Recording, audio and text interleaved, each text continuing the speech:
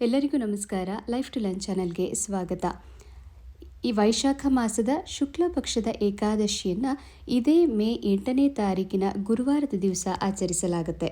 ಏಕಾದಶಿ ತಿಥಿಯು ಮೇ 7ನೇ ತಾರೀಕಿನ ಬೆಳಗ್ಗೆ 10 ಗಂಟೆ 20 ನಿಮಿಷದಿಂದ ಮೇ 8ನೇ ತಾರೀಕಿನ ಮಧ್ಯಾಹ್ನ 12 ಗಂಟೆ 29 ನಿಮಿಷದವರೆಗೆ ಇರುತ್ತೆ. ಉದಯ ತಿಥಿ ಆಧಾರದ ಮೇಲೆ ಮೇ 8ನೇ ತಾರೀಕಿನಂದು ಏಕಾದಶಿಯನ್ನು ಆಚರಿಸಲಾಗುತ್ತೆ.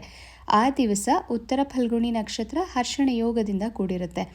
ಗುರುವಾರ ವಿಷ್ಣುವಿಗೆ ಅತ್ಯಂತ ಶ್ರೇಷ್ಠವಾದಂತಹ ದಿವಸ. ಅಷ್ಟೇ ಅಲ್ಲದೆ ಆ ದಿನ ಬೃಹಸ್ಪತಿ ಅಂದರೆ ಗುರು ಜಯಂತಿಯೂ ಸಹ ಇರುತ್ತೆ. ಆದ್ದರಿಂದ ವಿಷ್ಣುವನ್ನು ಶ್ರದ್ಧಾಭಕ್ತಿಯಿಂದ ಆರಾಧಿಸೋದ್ರಿಂದ ಗುರು ಸಂಬಂಧಿತ ಕಾರ್ಯಗಳು ಸುಲಲಿತವಾಗಿ ನೆರವೇರುತ್ತೆ.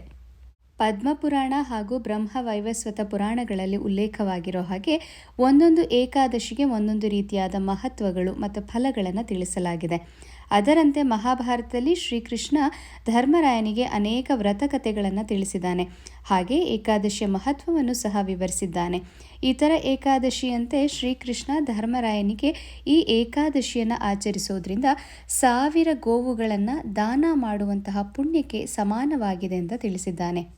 ಬ್ರಹ್ಮಪುರಾಣ, ಭಾಗವತ ಪುರಾಣ, ಪದ್ಮಪುರಾಣ, ಬ್ರಹ್ಮ ವೈವಸ್ವತ ಪುರಾಣ ಇವೆಲ್ಲವೂ ಸಹ ಏಕಾದಶಿಯ ವ್ರತಾಚರಣೆಗಳನ್ನು, ಉಪವಾಸ ವಿಧಾನಗಳನ್ನು ವಿವರವಾಗಿ ಹೇಳ್ತಾ ಹೋಗುತ್ತೆ. ಹಾಗೆ ಧರ್ಮರಾಯನಿಗೆ ಶ್ರೀಕೃಷ್ಣನಿಂದ ಸಾಕಷ್ಟು ರೀತಿಯ ವ್ರತಾಚರಣೆಗಳನ್ನು ಕೇಳ್ತಾ ಇದ್ರೂ ಸಹ ಸಾಕಾಗೋದೇ ಇಲ್ಲ. ಮತ್ತೆ ಮತ್ತೆ ಅವನಿಗೆ ಕೇಳುವಂತಹ ಮನಸ್ಸಾಗತ್ತೆ. ಹಾಗಾಗಿ ಆತ ಕೃಷ್ಣನಿಗೆ ಕೇಳ್ತಾ ಇದ್ದಾನೆ, ಮಧುಸೂದನ, ವೈಶಾಖ ಮಾಸದ ಶುಕ್ಲ ಪಕ್ಷದ ಏಕಾದಶಿಯನ್ನು ತಿಳುವಂತಹ ಮನಸ್ಸಾಗಿದೆ. ಅದರ ಹೆಸರೇನು, ಅದರ ಮಹತ್ವವನ್ನು ನನಗೆ ತಿಳಿಸಿಕೊಡು ಅಂತ ಪ್ರಾರ್ಥನೆಯನ್ನು ಮಾಡ್ತಾನೆ. ಶ್ರೀಕೃಷ್ಣ, ಓ ಧರ್ಮರಾಯ, ಮಹರ್ಷಿ ವಸಿಷ್ಠರು ಶ್ರೀರಾಮಚಂದ್ರನಿಗೆ ಹೇಳಿದಂಥ ಕಥೆಯನ್ನು ನಾನು ನಿನಗೆ ಹೇಳ್ತೇನೆ. ಆ ಏಕಾದಶಿಯ ಮಹತ್ವವನ್ನು ಅವರು ಹೇಳಿದಂತೆ ನಿನಗೆ ವಿವರಿಸುತ್ತೇನೆ, ಕೇಳು ಅಂತ ಹೇಳ್ತಾ ಇದ್ದಾನೆ. ಪದ್ಮಪುರಾಣದಲ್ಲಿ ಉಲ್ಲೇಖವಾಗಿರೋ ಹಾಗೆ ಒಮ್ಮೆ ಶ್ರೀರಾಮಚಂದ್ರನು ಮಹರ್ಷಿ ವಸಿಷ್ಠರನ್ನ ಭೇಟಿಯಾಗಿ ನಮಸ್ಕರಿಸುತ್ತಾ ಕೇಳ್ತಾ ಇದ್ದಾನೆ, ಓ ಗುರುಶ್ರೇಷ್ಠರೇ, ನಾನು ಬಹಳಷ್ಟು ನೋವನ್ನು ಅನುಭವಿಸಿದ್ದೇನೆ. ನನ್ನ ಕಷ್ಟಗಳು ಹೇಗೆ ನಾಶವಾಗುತ್ತೆ? ಇದ್ಯಾವ ಪಾಪದ ಫಲ? ದಯವಿಟ್ಟು ನನ್ನ ಎಲ್ಲ ಪಾಪಗಳು ಮತ್ತು ಕಷ್ಟಗಳನ್ನು ನಾಶ ಮಾಡುವಂತಹ ಒಂದು ವ್ರತವನ್ನು ನನಗೆ ತಿಳಿಸಿಕೊಡಿ ಅಂತ ಪ್ರಾರ್ಥನೆಯನ್ನು ಮಾಡ್ತಾನಂತೆ. ಲೋಕದ ದೃಷ್ಟಿಯಲ್ಲಿ ಆತನೂ ಮನುಷ್ಯನೇ, ಆದ್ದರಿಂದ ಹಾಗೆ ಕೇಳುತ್ತಾ ಇದ್ದಾನೆ ಅಂತ ನಮ್ಮಂತಹ ಸಾಮಾನ್ಯರಿಗೆ ಅನಿಸಬಹುದು. ಆದರೆ ಎಲ್ಲವನ್ನ ತಿಳಿದಂತಹ ವಸಿಷ್ಠರಿಗೆ ಆತ ವಿಷ್ಣುವಿನ ರೂಪ ಅನ್ನೋದು ಮೊದಲೇ ತಿಳಿದಿರುತ್ತೆ. ಹಾಗಾಗಿ ಒಳಗೊಳಗೆ ನಗುತ್ತಾ ಹೇಳ್ತಿರ್ತಾರೆ, ಓ ಶ್ರೀರಾಮ, ತಾವು ತುಂಬ ಒಳ್ಳೆಯ ಪ್ರಶ್ನೆಯನ್ನು ಕೇಳ್ತಾ ಇದ್ದೀರಾ. ನಿಮ್ಮ ಬುದ್ಧಿಶಕ್ತಿ ತುಂಬ ತೀಕ್ಷ್ಣವಾದದ್ದು, ಪರಿಶುದ್ಧವಾದದ್ದು. ಹಾಗೆ ಮನಸ್ಸಿನಲ್ಲೇ ಅಂದುಕೊಳ್ತಾರೆ, ಭಗವಂತ ನಾಮಾವಳಿಯನ್ನು ಹೇಳಿದರೆ ಸಾಕು ಆ ವ್ಯಕ್ತಿ ಪರಿಶುದ್ಧನಾಗ್ತಾನೆ. ಅಂತಹವರಿಗೆ ಕಷ್ಟವೇ, ನೋವೇ? ಸಾರ್ವಜನಿಕ ಹಿತಾಸಕ್ತಿಗಾಗಿ ಈ ಪ್ರಶ್ನೆಯನ್ನು ಕೇಳ್ತಾ ಇದ್ದೀರಾ ಅಂತ ತಿಳಿದು ನಾನು ನಿಮ್ಮನ್ನು ಅಭಿನಂದಿಸ್ತೇನೆ.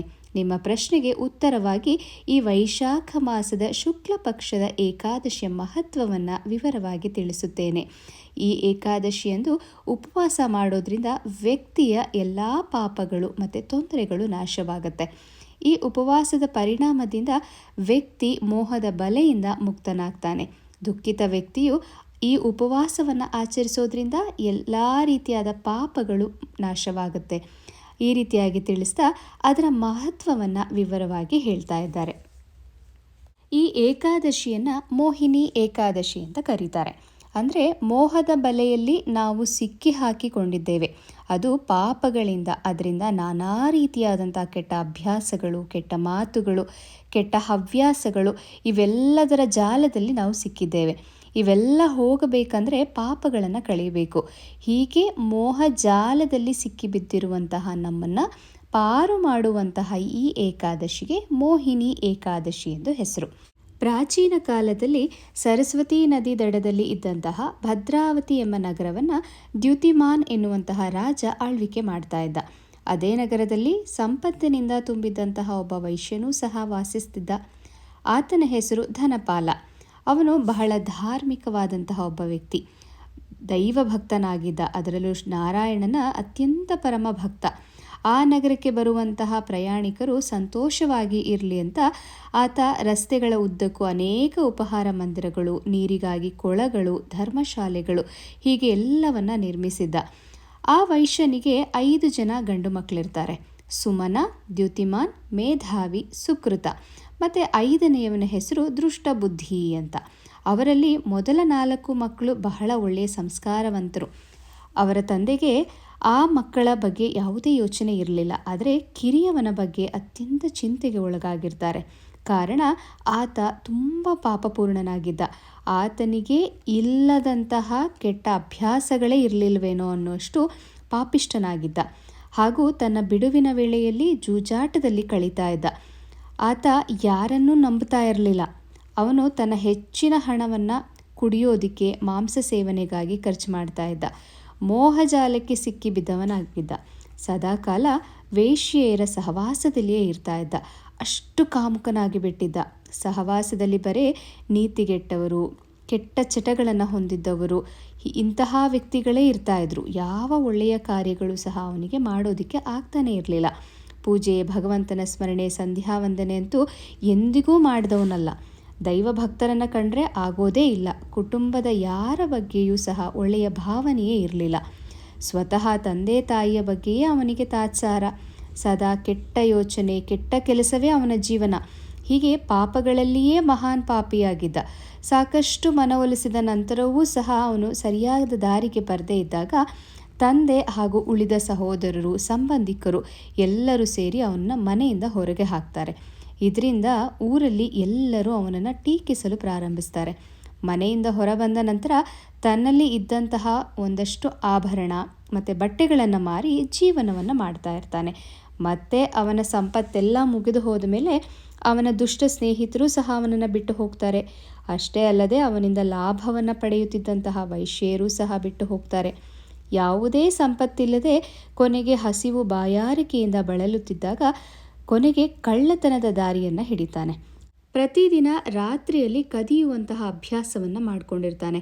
ಆದರೆ ಕಳ್ಳ ಒಂದಲ್ಲ ಒಂದು ದಿನ ಸಿಕ್ಕಿ ಬೀಳಲೇಬೇಕಲ್ವಾ? ಹಾಗೆ ಆತನೂ ಸಹ ಒಂದು ದಿನ ಸಿಕ್ಕಿ ಬೀಳ್ತಾನೆ. ಆದರೆ ಸೈನಿಕರು ಅವನನ್ನು ವೈಶ್ಯನ ಮಗ ಅಂತ ಪರಿಗಣಿಸಿ ಬಿಡುಗಡೆ ಮಾಡ್ತಾರೆ. ಮತ್ತೆ ಮತ್ತೆ ಅದೇ ರೀತಿಯಾಗಿ ಮಾಡ್ತಾ ಇರ್ತಾನೆ. ಕೊನೆಗೆ ರೋಸಿ ಹೋದಂತಹ ಸೈನಿಕರು ಅವನನ್ನು ರಾಜನ ಮುಂದೆ ತಂದು ಹಾಜರುಪಡಿಸ್ತಾರೆ. ಇವನ ವೃತ್ತಾಂತವನ್ನೆಲ್ಲ ಹೇಳ್ತಾರೆ. ಕೇಳಿದಂತಹ ರಾಜ ಅವನನ್ನು ಜೈಲಿಗೆ ಹಾಕೋದಿಕ್ಕೆ ಆದೇಶ ಮಾಡ್ತಾನೆ. ಜೈಲಿನಲ್ಲಿ ರಾಜನ ಆದೇಶದ ಮೇರೆಗೆ ಅವನನ್ನು ವಿವಿಧ ರೀತಿಯ ಚಿತ್ರಹಿಂಸೆಗಳಿಗೆ ಒಳಪಡಿಸಲಾಗುತ್ತೆ. ಹಾಗೂ ಅಂತಿಮವಾಗಿ ಅವನನ್ನು ನಗರದಿಂದ ಹೊರ ಹಾಕೋದಿಕ್ಕೆ ಆದೇಶವನ್ನು ಮಾಡ್ತಾನೆ. ಗಡೀಪಾರಾಗಬೇಕಾಯ್ತಲ್ಲ ಅಂತಹ ದುಃಖ ಇದ್ರೂ ಸಹ ಅದನ್ನು ತೋರ್ಪಡಿಸ್ಕೊಳ್ದೇನೆ ಆ ನಗರವನ್ನು ಬಿಟ್ಟು ಆಚೆ ಹೋಗ್ತಾನೆ. ಸರಿ, ಊರನ್ನು ಬಿಟ್ಟು ಬಂದಾಯಿತು, ಮುಂದಿನ ಪಾಡೇನು ಅಂತ ಯೋಚಿಸ್ತಿರ್ಬೇಕಾದ್ರೆ ಅವನಿಗೆ ಕಾಡಿನಲ್ಲಿ ಪ್ರಾಣಿಗಳು ಮತ್ತು ಪಕ್ಷಿಗಳು ಕಣ್ಣಿಗೆ ಬೀಳುತ್ತೆ. ಅವುಗಳನ್ನು ಕೊಂದು ಅವುಗಳ ಮುಖಾಂತರ ತನ್ನ ಹೊಟ್ಟೆಯನ್ನು ತುಂಬಿಸ್ಕೊಳ್ಳೋದಕ್ಕೆ ಪ್ರಾರಂಭ ಮಾಡ್ತಾನೆ. ಅದರ ನಂತರ ಆತ ಬೇಟೆಗಾರನಾಗ್ತಾನೆ. ತನ್ನ ಬಿಲ್ಲು ಮತ್ತು ಬಾಣದಿಂದ ಕಾಡಿನ ಮುಗ್ಧ ಜೀವಿಗಳನ್ನು ಕೊಲ್ಲೋದಕ್ಕೆ ಪ್ರಾರಂಭ ಮಾಡ್ತಾನೆ. ಅವುಗಳನ್ನು ತಿನ್ನೋದ್ರ ಜೊತೆಗೆ ಕದ್ದು ಅವುಗಳನ್ನು ಮಾರಾಟ ಮಾಡೋದಕ್ಕೂ ಸಹ ಪ್ರಾರಂಭ ಮಾಡ್ತಾನೆ. ಹಿಂದಿನ ಪಾಪಕರ್ಮಗಳು ಎಷ್ಟರ ಮಟ್ಟಿಗೆ ಕಾಡ್ತಾ ಇತ್ತು ಅಂದರೆ ಆ ಮಾಯಾಜಾಲದಿಂದ ಹೊರಬರದಂತೆ ಅವನನ್ನು ಪದೇ ಪದೇ ಕೆಟ್ಟ ಕೆಲಸಗಳಲ್ಲಿಯೇ ಮುಂದುವರಿಯುವಂತೆ ಪ್ರೇರೇಪಣೆ ಮಾಡ್ತಾ ಇತ್ತು. ಹೀಗೆ ಸಾಕಷ್ಟು ದಿನಗಳು ಕಳೆಯುತ್ತೆ. ತನ್ನ ಕೈಲಿದ್ದಂಥ ಹಣವನ್ನೆಲ್ಲ ಖರ್ಚು ಮಾಡಿರ್ತಾನೆ. ಒಮ್ಮೆ ಯಾವ ಬೇಟೆಯೂ ಸಿಗದೇ ಇದ್ದಾಗ ಬೇಟೆಯನ್ನು ಹುಡುಕಿ ಸಾಕಷ್ಟು ದೂರಗಳ ಕಾಲ ನಡೆದು ಹೋಗ್ಬಿಟ್ಟಿರ್ತಾನೆ. ಹಸಿವು ಮತ್ತು ಬಾಯಾರಿಕೆಯಿಂದ ಕಂಗಾಲಾಗಿರ್ತಾನೆ.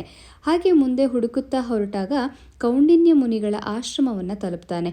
ಹಸಿವಿನಿಂದ ಅಲ್ಲೇ ಮೂರ್ಛೆ ತಪ್ಪಿ ಕೆಳಗೆ ಬೀಳ್ತಾನೆ. ಅದು ವೈಶಾಖ ಮಾಸವಾದ್ದರಿಂದ ಕೌಂಡಿನ್ಯ ಮುನಿಗಳು ಆಗಷ್ಟೇ ಗಂಗಾ ಸ್ನಾನವನ್ನು ಮುಗಿಸಿ ಬರ್ತಾ ಇರ್ತಾರೆ.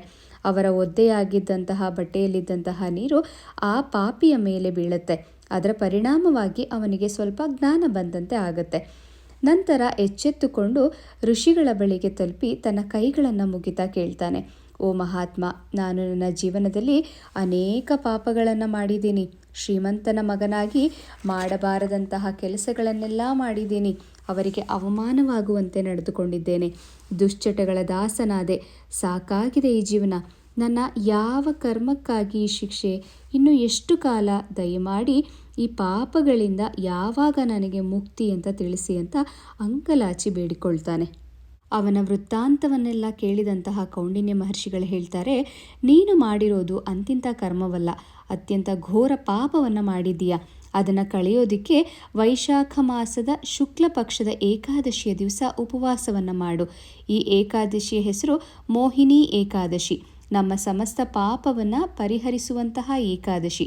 ಶಾಸ್ತ್ರೋಕ್ತವಾಗಿ ಅಂದರೆ ಶಾಸ್ತ್ರದಲ್ಲಿ ಹೇಳಿರುವ ಹಾಗೆ ಅದೇ ದಿನದಲ್ಲಿ ಭಕ್ತಿಯಿಂದ ಈ ದಿನ ಏಕಾದಶಿ ವ್ರತಾಚರಣೆಯನ್ನು ಮಾಡಿ ಉಪವಾಸ ಮಾಡೋದ್ರಿಂದ ನಿನ್ನ ಎಲ್ಲ ಸಕಲ ಪಾಪಗಳು ನಾಶವಾಗತ್ತೆ ಅಂತ ಹೇಳ್ತಾರೆ. ಸರಳವಾದ ವ್ರತ ವಿಧಾನವನ್ನು ತಿಳಿಸ್ತಾರೆ. ಅವರು ತಿಳಿಸಿದಂತಹ ವಿಧಾನದ ಪ್ರಕಾರ ಮೋಹಿನಿ ಏಕಾದಶಿಯ ಆಚರಣೆಯನ್ನು, ಉಪವಾಸವನ್ನು ಕೌಂಡಿನ್ಯ ಮಹರ್ಷಿಗಳ ಸೂಚನೆಯಂತೆಯೇ ಶ್ರದ್ಧಾಭಕ್ತಿಯಿಂದ ಆಚರಣೆ ಮಾಡ್ತಾನೆ. ಅಂದಿನಿಂದ ಆತ ಉತ್ತಮ ಮನುಷ್ಯನಾದನು. ಹೀಗೆ ಕೇವಲ ಒಂದಲ್ಲ, ಎಲ್ಲ ಏಕಾದಶಿಗಳನ್ನು ಮಹರ್ಷಿಗಳಲ್ಲಿ ಕೇಳಿ ತಿಳಿದುಕೊಂಡು ಎಲ್ಲವನ್ನ ಚಾಚೂ ತಪ್ಪದೆ ಶಾಸ್ತ್ರೋಕ್ತವಾಗಿ ಆಚರಿಸ್ದ. ಇದನ್ನು ವಸಿಷ್ಠರು ಶ್ರೀರಾಮನಿಗೆ ಹೇಳ್ತಾ ಇದ್ದಾರೆ. ಓ ಶ್ರೀರಾಮ, ಈ ವ್ರತದ ಪರಿಣಾಮದಿಂದ ಆತನ ಎಲ್ಲ ಪಾಪಗಳು ನಾಶವಾದವು. ಪರಮ ಪಾಪಿಯಾಗಿದ್ದರೂ ಸಹ ಭಕ್ತಿಯಿಂದ ಭಗವಂತನನ್ನು ಆರಾಧಿಸಿದರ ಫಲವಾಗಿ ಆತನಿಗೆ ವೈಕುಂಠ ಲೋಕ ಪ್ರಾಪ್ತಿಯಾಯಿತು. ಈ ವ್ರತಕ್ಕಿಂತ ಉತ್ತಮವಾದ ವ್ರತ ಜಗತ್ತಿನಲ್ಲಿ ಇನ್ನೊಂದಿಲ್ಲ. ಅಷ್ಟೇ ಅಲ್ಲದೆ ಯಾರೆಲ್ಲ ಈ ಒಂದು ವ್ರತಕಥೆಯನ್ನು ಶ್ರವಣ ಅಥವಾ ಪಠಣನ ಮಾಡ್ತಾರೋ ಅಂತಹವರಿಗೂ ಸಹ 1000 ಗೋವುಗಳನ್ನು ದಾನ ಮಾಡಿದಂತಹ ಪುಣ್ಯ ಫಲ ಪ್ರಾಪ್ತಿಯಾಗುತ್ತದೆ. ಹೀಗೆ ವಸಿಷ್ಠರು ಶ್ರೀರಾಮಚಂದ್ರನಿಗೆ ಹೇಳಿದಂತಹ ಮೋಹಿನಿ ಏಕಾದಶಿಯ ವ್ರತಕಥೆಯನ್ನು ಕೃಷ್ಣನು ಧರ್ಮರಾಯನಿಗೆ ವಿವರಿಸಿದ್ದಾನೆ. ಒಟ್ಟಾರೆಯಾಗಿ ನೋಡೋದಾದರೆ ಪ್ರತಿಯೊಬ್ಬ ಮನುಷ್ಯನಿಗೂ ಮಾಡುವಂತಹ ಸಹವಾಸ ಉತ್ತಮವಾಗಿರಬೇಕು. ದುಶ್ಚಟಗಳು, ದುರಭ್ಯಾಸಗಳು ಇವೆಲ್ಲವೂ ಸಹ ನಮ್ಮ ಜೀವನವನ್ನು ನರಕಕ್ಕೆ ಕೊಂಡೊಯ್ಯುತ್ತೆ. ಹಾಗಾಗಿ ಮಾಡುವಂತಹ ಸಹವಾಸ, ನಾವು ಮಾಡುವಂತಹ ಕೆಲಸ ಕಾರ್ಯಗಳು, ಆಡುವಂತಹ ಮಾತು, ನಡೆದುಕೊಳ್ಳುವಂತಹ ನಡವಳಿಕೆ ಎಲ್ಲವೂ ಸಹ ಉತ್ತಮವಾಗಿದ್ದಾಗ ನಮ್ಮ ಜೀವನವೂ ಸಹ ಉತ್ತಮದ ಮಾರ್ಗದಲ್ಲಿ ನಡೆಯುತ್ತೆ. ಕೆಲವೊಂದು ಪುರಾಣ ಕಥೆಗಳ ಪ್ರಕಾರ ಈ ವೈಶಾಖ ಶುಕ್ಲ ಏಕಾದಶಿಯ ದಿವಸದಂದೇ ವಿಷ್ಣು ಮೋಹಿನಿ ಅವತಾರವನ್ನು ತಾಳಿ ದೇವತೆಗಳನ್ನು ರಕ್ಷಿಸಿದ್ದು. ಆದ್ದರಿಂದಲೂ ಸಹ ಇದನ್ನು ಮೋಹಿನಿ ಏಕಾದಶಿ ಎಂದು ಕರೀತಾರೆ ಅಂತಲೂ ಸಹ ಹೇಳಲಾಗುತ್ತೆ. ಏಕಾದಶಿಯ ಉಪವಾಸದ ವ್ರತಾಚರಣೆ ಬುಧವಾರ ಅಂದರೆ ಮೇ 7ನೇ ತಾರೀಕಿನಂದು ದಶಮಿ ಒಪ್ಪತ್ತು. ಹಾಗೆ ಮೇ 8ನೇ ತಾರೀಕಿನ ಏಕಾದಶಿ ಪೂರ್ಣ ಉಪವಾಸ. ಮೇ 9ನೇ ತಾರೀಕಿನ ಶುಕ್ರವಾರದ ದಿವಸ ದ್ವಾದಶಿ ಪಾರಣೆ. ಯಾವುದೇ ಪೂಜೆಗಳನ್ನಾಗಲಿ ಸಾಮಾನ್ಯವಾಗಿ ಎಲ್ಲರೂ ಹೇಳೋದೇನು ಶಾಸ್ತ್ರೋಕ್ತವಾಗಿ ಮಾಡಬೇಕು. ಇದರಲ್ಲಿ ವಸಿಷ್ಠರೇ ಹೇಳಿದ್ದಾರೆ ಶಾಸ್ತ್ರೋಕ್ತವಾಗಿ ಅಂದರೆ ಶಾಸ್ತ್ರಗಳಲ್ಲಿ ಹೇಳಿರುವ ಹಾಗೆ, ಹೇಳಿರುವ ದಿನಕ್ಕೆ, ಹೇಳಿರುವ ಸಮಯದಲ್ಲಿ ಮಾಡುವಂತಹ ಒಂದು ಪೂಜಾ ಪದ್ಧತಿ.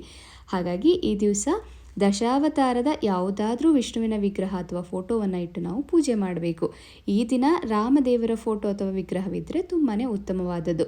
ಇಲ್ಲವಾದಲ್ಲಿ ವಿಷ್ಣುವಿನ ಯಾವುದೇ ರೂಪಕ್ಕಾದರೂ ಸಹ ನೀವು ಪೂಜೆಯನ್ನು ಮಾಡ್ಬೋದು. ಮೊದಲು ಮಡಿಯನ್ನು ಮಾಡಿಕೊಂಡು ಪೂಜೆಗೆ ಎಲ್ಲ ಸಿದ್ಧತೆಯನ್ನು ಮಾಡಿಕೊಳ್ಬೇಕು. ಮೊದಲು ನಾವು ದಶಮಿಯ ದಿವಸದಿಂದಲೇ ನಮ್ಮ ಒಂದು ಉಪವಾಸಕ್ಕೆ ಸಿದ್ಧತೆಯನ್ನು ಮಾಡಿಕೊಳ್ಬೇಕು. ಆದ್ದರಿಂದಲೇ ದಶಮಿ ದಿವಸ ಒಪ್ಪತ್ತಿನ ಉಪವಾಸವನ್ನು ನಾವು ಪ್ರಾರಂಭ ಮಾಡಿರ್ತೀವಿ. ದೇವರಿಗೆ ಗೆಜ್ಜೆ ವಸ್ತ್ರ, ಅರಿಶಿಣದ ಹೂವನ್ನು ಧರಿಸಿ ತುಳಸಿ ಮಾಲೆ ಲಭ್ಯವಿದ್ದರೆ ನಾವು ಧರಿಸಬಹುದು. ಇಲ್ಲವೇ ಬಿಡಿ ತುಳಸಿ ಇದ್ದರೆ ಅರ್ಚನೆಗೆ ಬಳಸ್ಬೋದು. ಕೈಯಲ್ಲಿ ತುಳಸಿ ಮತ್ತು ಮಂತ್ರಾಕ್ಷತೆಯನ್ನು ಹಿಡ್ಕೊಂಡು ಮಂತ್ರಮುಖೇನವಾಗಿ, ಇಲ್ಲ ಅಂದರೆ ಮನಸ್ಸಿನಲ್ಲಿಯೇ ನಾವು ಸಂಕಲ್ಪವನ್ನು ಮಾಡಿಕೊಂಡು ಮೊದಲು ವಿಘ್ನೇಶ್ವರನಿಗೆ ನಮಿಸಿ ನಂತರ ಕುಲದೇವರಿಗೆ ಪೂಜೆಯನ್ನು ಮಾಡಿ ಆ ನಂತರ ಲಕ್ಷ್ಮೀ ಸಹಿತನಾದಂತಹ ವಿಷ್ಣು ದೇವರಿಗೆ ಪೂಜೆಯನ್ನು ಮಾಡಬೇಕು. ನಾಮಾವಳಿಗಳನ್ನು ಹೇಳುತ್ತಾ ತುಳಸಿಯ ಅರ್ಚನೆಯನ್ನು ಮಾಡಬೇಕು. ವಿಷ್ಣು ಸಹಸ್ರನಾಮ, ದಶಾವತಾರ ಸ್ತೋತ್ರ, ಶ್ರೀಹರಿ ಸ್ತೋತ್ರ, ಹೀಗೆ ವಿಷ್ಣುವಿಗೆ ಸಂಬಂಧಿಸಿದಂತಹ ನಿಮಗೆ ಬರುವಂತಹ ಎಲ್ಲ ರೀತಿಯಾದ ಶ್ಲೋಕಗಳನ್ನು ನೀವು ಪಾರಾಯಣ ಮಾಡಬಹುದು. ಯಾವುದೇ ಏಕಾದಶಿ ವ್ರತಾಚರಣೆ ಆಗಲಿ ಪೂರ್ತಿಯಾಗಿ ಉಪವಾಸವಿದ್ದು ಮಾಡಿದಾಗಷ್ಟೇ ಅದು ನಮಗೆ ಪೂರ್ಣ ಫಲ ಸಿಗೋದು ಅಂತ ಹೇಳ್ತಾರೆ. ಈ ಶಾಸ್ತ್ರಗಳಲ್ಲೂ ಸಹ ಇರೋದೇ ಹಾಗೆ. ಆದರೆ ಇವತ್ತಿನ ಕಾಲಘಟ್ಟದಲ್ಲಿ ನಮಗಿರುವಂತಹ ಆರೋಗ್ಯ ಸಮಸ್ಯೆಗಳಲ್ಲಿ ಪೂರ್ಣ ಉಪವಾಸವನ್ನು ಇರೋದಕ್ಕೆ ಸಾಧ್ಯವೇ ಆಗೋದಿಲ್ಲ. ಇರೋವಂಥ ಅಭ್ಯಾಸ ಮಾಡ್ಕೊಂಡಿರೋರು ತುಂಬಾ ಉತ್ತಮವಾಗಿ ಮಾಡ್ತಾರೆ, ಆದರೆ ಕೆಲವರಿಗೆ ಸಾಧ್ಯವಾಗೋದಿಲ್ಲ. ಅಂತಹವರು ಹಾಲು, ಹಣ್ಣು ಅಥವಾ ಅವಲಕ್ಕಿ, ಸಜ್ಜಿಗೆ ಈ ರೀತಿಯಾದಂತಹ ಲಘುವಾಗಿರುವಂತಹ ಆಹಾರವನ್ನು ನೀವು ಸೇವಿಸ್ಬೋದು. ಈ ದಿನ ದೇವರಿಗೆ ಹಣ್ಣಿನ ನೈವೇದ್ಯವಷ್ಟೇ. ಹಾಗೆ ಬ್ರಹ್ಮ ಮುಹೂರ್ತದಲ್ಲಿ ಪೂಜೆಯನ್ನು ಮಾಡುವಂಥವ್ರು 4:16 5:04 ಅದಾದ ನಂತರ 4:48 5:56 ಆಗಲೂ ಆಗಲಿಲ್ಲ ಅನ್ನೋಂಥವ್ರು 5:56 7:31 ಸಹ ನೀವು ಪೂಜೆಯನ್ನು ಮಾಡ್ಬೋದು. ಇವತ್ತಿನ ದಿವಸ ಮಧ್ಯಾಹ್ನ 12:29 ಏಕಾದಶಿ ತಿಥಿ ಆಗೋಗೋದ್ರಿಂದ ಆದಷ್ಟು ನೀವು ಒಂದು 10:30 ಒಳಗಡೆನೆ ಪೂಜೆಯನ್ನು ಮಾಡ್ಕೊಳ್ಬೋದು. ಇವತ್ತಿನ ದಿವಸ ಗುರುವಾರ ವಿಷ್ಣುವಿಗೆ ಅತ್ಯಂತ ಶ್ರೇಷ್ಠವಾದಂತಹ ದಿವಸ. ಅಷ್ಟೇ ಅಲ್ಲದೆ ಗುರುರಾಯರಿಗೆ ಸಂಬಂಧಿಸಿದಂತಹ ದಿವಸವೂ ಸಹ ಗುರುವಾರ. ಇದೆಲ್ಲದರ ಜೊತೆಗೆ ಬೃಹಸ್ಪತಿ ಜಯಂತಿ ಆದ್ದರಿಂದ ಇವತ್ತಿನ ದಿವಸ ಗುರುಗ್ರಹಕ್ಕೆ ಸಂಬಂಧಿಸಿದಂತಹ ಶ್ಲೋಕಗಳನ್ನು ಹೇಳಿ ಪಾರಾಯಣ ಮಾಡೋದ್ರಿಂದ ಗುರುಗ್ರಹದಿಂದ ಆಗಬಹುದಾದಂತಹ ಎಲ್ಲ ಕೆಲಸಗಳು ಸಹ ಸುಗಮವಾಗಿ ಆಗುತ್ತೆ. ಇವತ್ತಿನ ಮೋಹಿನಿ ಏಕಾದಶಿಗೆ ಸಂಬಂಧಿಸಿದಂತಹ ಈ ಒಂದು ವಿಡಿಯೋ ನಿಮ್ಮೆಲ್ಲರಿಗೂ ಉಪಯುಕ್ತವಾಗಿದ್ದು ಅಂತ ಭಾವಿಸ್ತೇನೆ. ಮತ್ತೆ ಮುಂದಿನ ವಿಡಿಯೋದಲ್ಲಿ ಭೇಟಿಯಾಗೋಣ. ಅಲ್ಲಿಯವರೆಗೂ ಸಮಸ್ತ ಲೋಕ ಸುಖಿನೋ ಭವಂತು.